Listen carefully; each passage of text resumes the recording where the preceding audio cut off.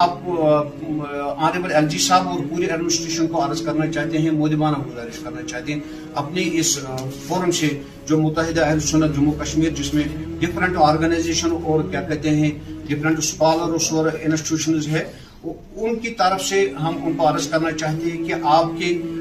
Time میں جورنگ period آپ جو ایل جی صاحب آج مطلب یہاں پہ ایگزسٹ کر رہے ہیں، ان کے پیریڈ میں جو یہ ٹالرنس، پیس، مرسی یہاں پہ آ گئی ہے، تھوڑا بہت کسی نہ کسی بہت ساری چیزیں بدل گئی ہیں، یا کرپشن پہ تھوڑی سی ریسٹرکشن لگی، جیسے یہ پد یاترا میں مطلب ڈرگ جو آج ڈرائیو چلائے جا رہے ہیں، بہت چیزیں ایسے ہوئے ہیں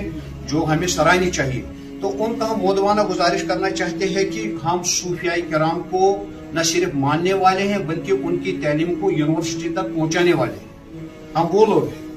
جو تعلیم ہم نے وہاں پہ انٹروڈیوس کروائی ہے کالجوں میں، یونیورسٹیوں میں، مدارس میں، لہذا ہم ماننے والے نہیں، صرف جو یہ الزامات لگاتے ہیں جو فتنے انہوں نے برپا کی ہیں، برائے مہربانی ان لوگوں کو قدغن لگائے جائے، ان کو لگام دی جائے جن لوگوں نے اہل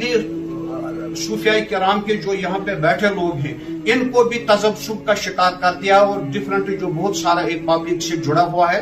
تو ان کو بھی تذبذب کا شکار کر دیا۔ آخر پہ میں گزارش کرنا چاہتا ہوں، اور مودبانہ گزارش وہ ہماری آنریبل ڈاکٹر درخشاں اندرابی صاحبہ سے، وہ کہ ہم بھی صوفیاء کرام کو نہ صرف ماننے والے ہیں بلکہ ان کی تعلیم کو ہر سطح پہ اجاگر کرنے والے ہیں۔ اگر جن لوگوں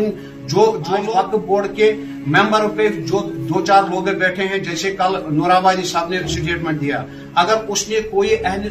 تصوف اور صوفیزم کے لیے کوئی کام کیا ہے جس طرح ہم نے کام کیا ہے یونیورسٹی میں، کالجوں میں، اسکولوں میں، مدرسوں میں، اگر اس نے کوئی کام کیا ہے تو اچھی بات ہے، اگر نہیں کیا اس کو ہم عرض کرنا چاہتے ہیں آپ ان کو اپنا ممبر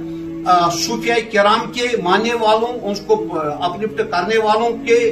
خلاف ہی استعمال مت کرنے دو، لہذا ان کو وہاں سے ہٹا کے دوسرے علماء کرام کو وہاں پہ اپوائنٹ کیا جائے تاکہ مزید عوام انتشار کا شکار نہ ہو جائے۔ شکریہ۔